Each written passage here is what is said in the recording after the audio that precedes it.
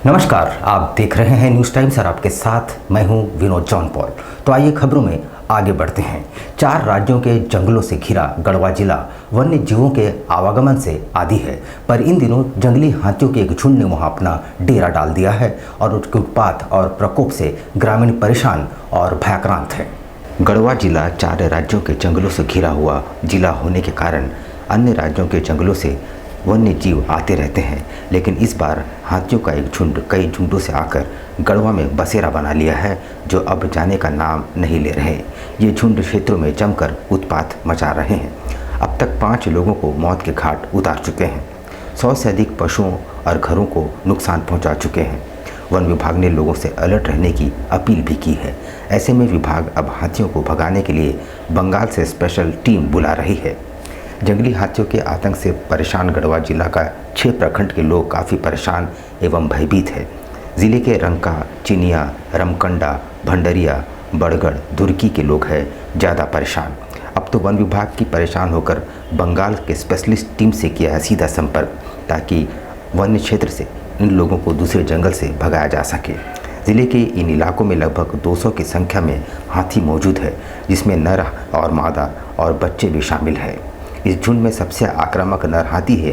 ये झुंड से निकाले गए हाथी जो मानव, पशु, घर, खेत खलिहान को नुकसान पहुंचा रहे हैं।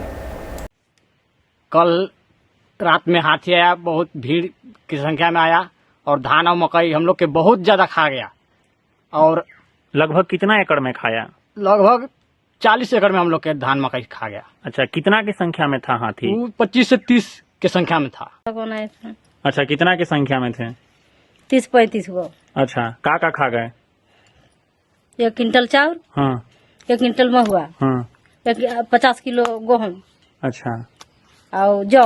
अच्छा। गणेश चतुर्थी की तैयारियां जोर शोर से जारी है। गिने चुने दिन ही शेष रह गए हैं। बारिश की बाधा के बावजूद मूर्तिकार भी भगवान गणेश की प्रतिमाओं को अंतिम रूप प्रदान करने में जुटे हुए हैं। गणेश चतुर्थी के बाद से पूरे देश में पर्व त्योहारों का सिलसिला शुरू हो जाता है।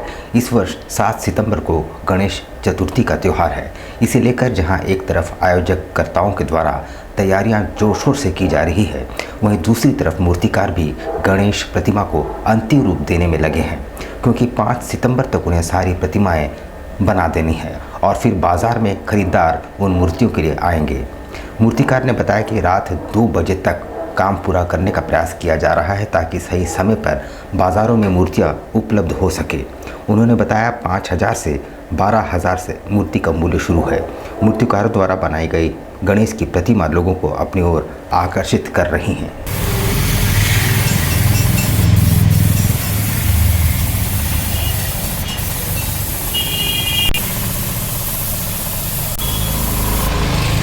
मूर्ति में करीबन 15 साल से कर रहा हूँ। किस तरह का ये इस बार है मूर्ति क्या किस तरह का तैयारी कर रहे हैं आप लोग? तैयारी तो कर रहे हैं, 5 तारीख तक की तैयारी करना है। आज तो 3 तारीख हो गया है। हाँ। तो पिछले 1 सप्ताह से रात का 2-3 बजे तक काम चल रहा है और हम लोग सोच रहे हैं कि 5 तारीख तक तो कंप्लीट देंगे।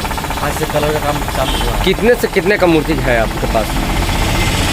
करीबन मूर्ति का रेट है 12,000 की स्टार्टिंग है, 12 से 20,000 तक मेरा मूर्ति। टेल्को पुलिस द्वारा कथित तौर पर दुर्व्यवहार किए जाने के बाद भाजपाइयों ने थाना के बाहर विरोध प्रदर्शन किया और जमकर नारेबाजी की। भाजपा टेल्को मंडल के कार्यकर्ताओं के साथ कथित तौर पर पुलिस द्वारा किए गए दुर्व्यवहार के विरोध में भाजपा जिला अध्यक्ष के नेतृत्व में टेल्को थाना के बाहर प्रदर्शन किया गया। भाजपा जिलाध्यक्ष ने कहा कि मंडल के कुछ लोग टेल्को थाना आए थे अपनी मांगों को सौंपने के लिए। थाना के एएसआई और सिपाही के द्वारा उनके साथ दुर्व्यवहार किया गया। हमारी मांग है कि व्यवहार करने वाले पदाधिकारी पर कार्रवाई की जाए। इधर सूचना पाकर डीएसपी सुधीर कुमार थाना पहुंचे। भाजपा नेताओं ने डीएसपी को ज्ञापन सौंपकर घटना में शामिल पुलिस पदाधिकारी पर कार्रवाई की मांग की।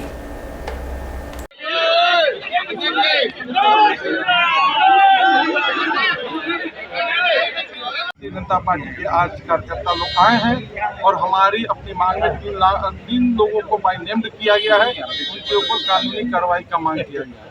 जब तक उनके ऊपर कानूनी कार्रवाई नहीं होगी, अब से 4 बात किए हैं, वो अंदर गए हैं और ये पदाधिकारी से बात करेंगे। जब तक वो बात करके कानून सम्मत काम नहीं करेंगे तब तक हम लोग थाना परिषद को बाहर, जो थाना परिषद के बाहर जो बैठे हैं, यहाँ से हम उठने वाले नहीं हैं।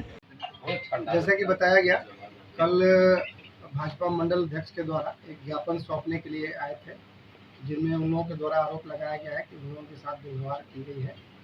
इस संदर्भ में थाना प्रभारी चूँकि बाहर थे, तो उन लोगों के द्वारा बताया गया कि कल आज आकर थाना का घेराव करेंगे, और उसी सिलसिले में इन लोगों के बड़े पदाधिकारी लोग आए थे, जिसमें जो उनके डिमांड थे, उनका डिमांड को लिया गया है, उस पर जाँच का आवश्यकता व्यक्त की जाएगी। मानगो में बीती रात स्वर्णरेखा परियोजना में क्लर्क के तौर पर पदस्थापित शक्तिनाथ सिंह की गोली मारकर हत्या कर दी गई। बताया जा रहा है कि हमलावर 8 से 10 की संख्या में आए थे। मानगो थाना क्षेत्र के गौड़ बस्ती में बीती रात 8 से 10 की संख्या में आए पहले से घात लगाए अपराधियों ने अमरनाथ सिंह के बड़े भाई शक्ति सिंह उर्फ डब्लू को गोली मारकर हत्या कर दी, जिसमें शक्तिनाथ सिंह उर्फ डब्लू सिंह की मौके पर ही मौत हो गई। वहीं घटनाक्रम में अपराधियों द्वारा मारपीट किए जाने के कारण शक्ति सिंह के ड्राइवर और अन्य लोग भी घायल हुए हैं, जिनका इलाज चल रहा है। जबकि अपराधियों ने घटना के अंजाम देने से पहले शक्तिनाथ सिंह को रोका और उसके साथ मारपीट की। उसके बाद गाड़ी को तोड़फोड़ की और बाद में मौका देखकर उसे 3-4 गोली मारकर फरार हो गए, जिससे घटना को लेकर क्षेत्र में दहशत का माहौल बना हुआ है। वहीं मौके पर पहुंची पुलिस घटनास्थल से कई खोखा और जीवित कारतूस भी बरामद की है। घटना का कारण जमीन विवाद बताया जा रहा है, जबकि मृतक शक्ति सिंह उर्फ डब्लू सिंचाई विभाग में एक छोटा कर्मचारी के रूप में पदस्थापित था, जो बेलोरो गाड़ी से ड्यूटी कर घर वापस लौट रहे थे कि पहले से घात लगाए अपराधियों ने गोली मारकर हत्या कर दी। घटना में कुछ लोगों के नाम भी सामने आए हैं, जबकि वही बताया जा रहा है कि मृतक शक्तिनाथ सिंह के छोटे भाई अमरनाथ सिंह की अपराधी था, जिसे अपराधियों ने 1 साल पहले बाबाधाम देवघर में गोली मारकर हत्या कर दी थी। जी 8:30 बजे। कितने लोग आए थे लगभग वो लोगों तो सर कगार में, सर आदमी कगार में थे। अच्छा, घायल कितने लोग हुए? हम लोग घायल में तो एक जन का तो जान चल गया सर। अच्छा। एक मनोज वैद्य जो है सर, वो कहाँ गया अभी तक पता नहीं चला। एक व्यक्ति को गोली मारे जाने की सूचना प्राप्त हुई, उसी के क्रम में जो है हम लोग घटनास्थल पे आए हुए हैं। उन लोगों के द्वारा अभी आवेदन दिया जाएगा और कुछ लोगों के ऊपर उनके द्वारा आरोप लगाया जा रहा है और उन्हीं लोग की धरपकड़ में पुलिस लगी हुई। कारण क्या? हम दस्तिया हम लोग के द्वारा एप्लीकेशन जब लिख के दी जाएगी तो उसमें मतलब कुछ ज़मीनी विवाद जैसा समझ में आ रहा है फिलहाल, तो उस पर बाकी फर्दर अनुसंधान होगा तो क्लियर होगा। उत्पाद विभाग में सिपाही बहाली में 12 अभ्यर्थियों की मौत के मामले ने तूल पकड़ लिया है और फिलहाल सरकार ने शारीरिक परीक्षा पर रोक लगा दी है। इसके विरोध में भाजयुमो द्वारा विरोध मार्च और मशाल जुलूस निकाली गई। राज्य के विभिन्न जिलों में चल रहे उत्पाद सिपाही की दौड़ में दौरान अब तक 12 अभ्यर्थियों की दुखद मौत हो गई है, जिससे पूरे राज्य में शोक व्याप्त है। भाजयुमो जिलाध्यक्ष नीतीश कुमार के नेतृत्व में सैकड़ों की संख्या में कार्यकर्ताओं ने साकची स्थित जिला भाजपा कार्यालय से साकची बड़ा गुलचक्कर तक हाथों में मशाल लेकर विरोध प्रदर्शन किया।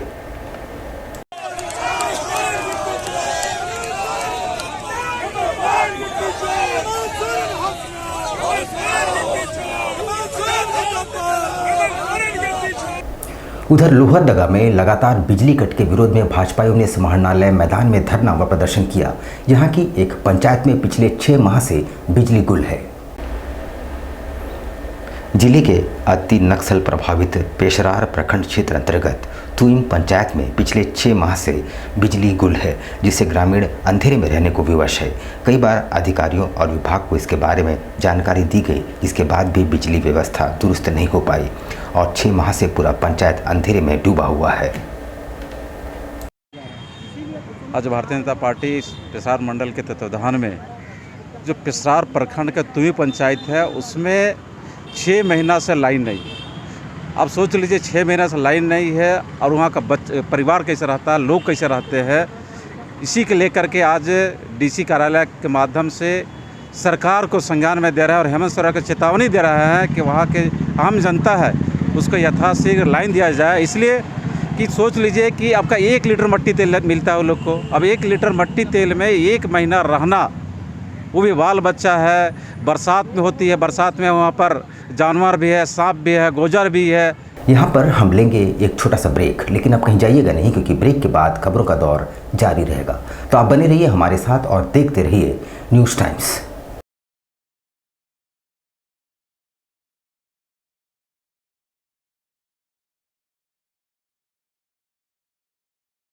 कैसे हो मनोज? ठीक ही है भैया। ठीक तो बोल रहे हो, ठीक तो दिख नहीं रहे हो। तुम्हारे उम्र में तो हम 10-10 किलोमीटर दौड़ जाया करते थे। सारे लोग टहल रहे हैं, तुम सुस्त बैठे हो। वो क्या है ना भैया कि थोड़ा प्रॉब्लम हो गया है। प्रॉब्लम? हम तुम्हारे बड़े भाई जैसे हैं, तुम अपना समस्या बताओ हमको। हो सकता तुम्हारी समस्या का समाधान हमारे पास हो। वो क्या है ना भैया कि हमको पाइल्स हो गया है। बहुत सारे डॉक्टर को दिखाया लेकिन कहीं पे कोई आराम नहीं मिला। बस इसी को लेकर परेशान है। चलो तुमको हम कहीं ले चलते हैं, हमको भी हुआ था। आज देखो हम ठीक हैं। कहाँ भैया? है हमारे एक परिचय के। वहाँ जाने से ठीक हो जाएगा? हाँ, एकदम ठीक हो जाएगा। पक्का ना? हाँ हाँ पक्का। चलो चलो चलिए भैया। शमीम खान नवेदी, पाइल्स, बवासीर, किसी भी प्रकार का बवासीर हो 7 दिनों में जड़ से समाधान है। शमीम खान नवेदी, दातकेडी 9308081071 9031612032। सुबह 10 बजे से 1 बजे तक और शाम 4 बजे से 8 बजे तक। आपके बच्चों के सुनहरे भविष्य का दूसरा नाम गायत्री शिक्षा निकेतन। शिक्षा के क्षेत्र में उत्कृष्ट प्रदर्शन के लिए राष्ट्रीय एवं राज्य सरकार से सम्मानित विद्यालय, जहां होता है आपके बच्चों का सर्वांगीण विकास। गायत्री शिक्षा निकेतन उच्च स्तरीय और आधुनिक उपकरणों से lace computer lab, science lab, आधुनिक क्लासरूम्स। गायत्री शिक्षा निकेतन।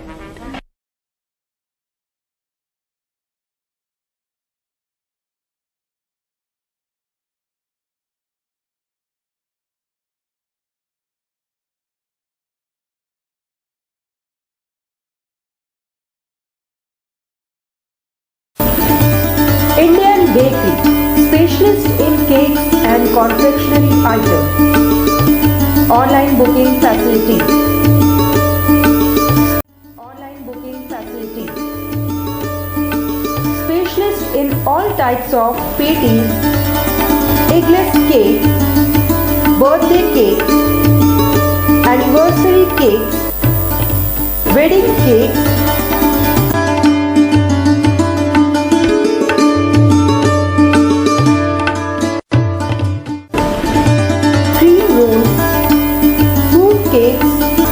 marriage anniversary cake and school order specialist.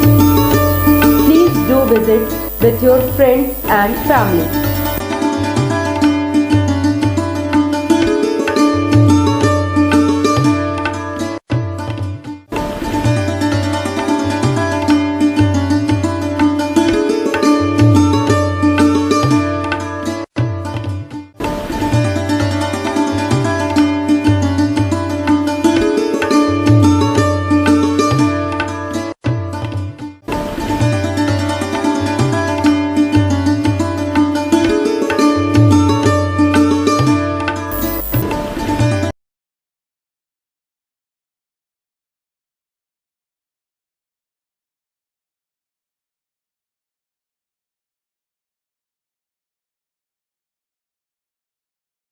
पच्चीस दिसंबर में जो है वो फ्रूट केक का डिमांड सबसे ज़्यादा रहता है। अभी fruit cake, plum cake, walnut cake और अभी चॉकलेट ब्राउनी केक बहुत ज़्यादा कस्टमर का डिमांड है। तो हम लोग ब्राउनी केक बहुत ज़्यादा बनाए हैं, फ्रूट केक भी बनाए हैं, ताकि कस्टमर का जैसा रिक्वायरमेंट रहे। और सारा केक हमारे यहाँ एगलेस वेज केक मिलता है। ये हमारा इंडियन बेकरी न्यू रानी कुदर में हमारा शॉप है। जिन कस्टमर को भी चाहिए वो बिना झिझक आए हमारे इंडियन बेकरी न्यू रानी कुदर में, और हर तरह का केक आपको मिल जाएगा। आपको रीज़नेबल प्राइस में मिलेगा, रीज़नेबल रेट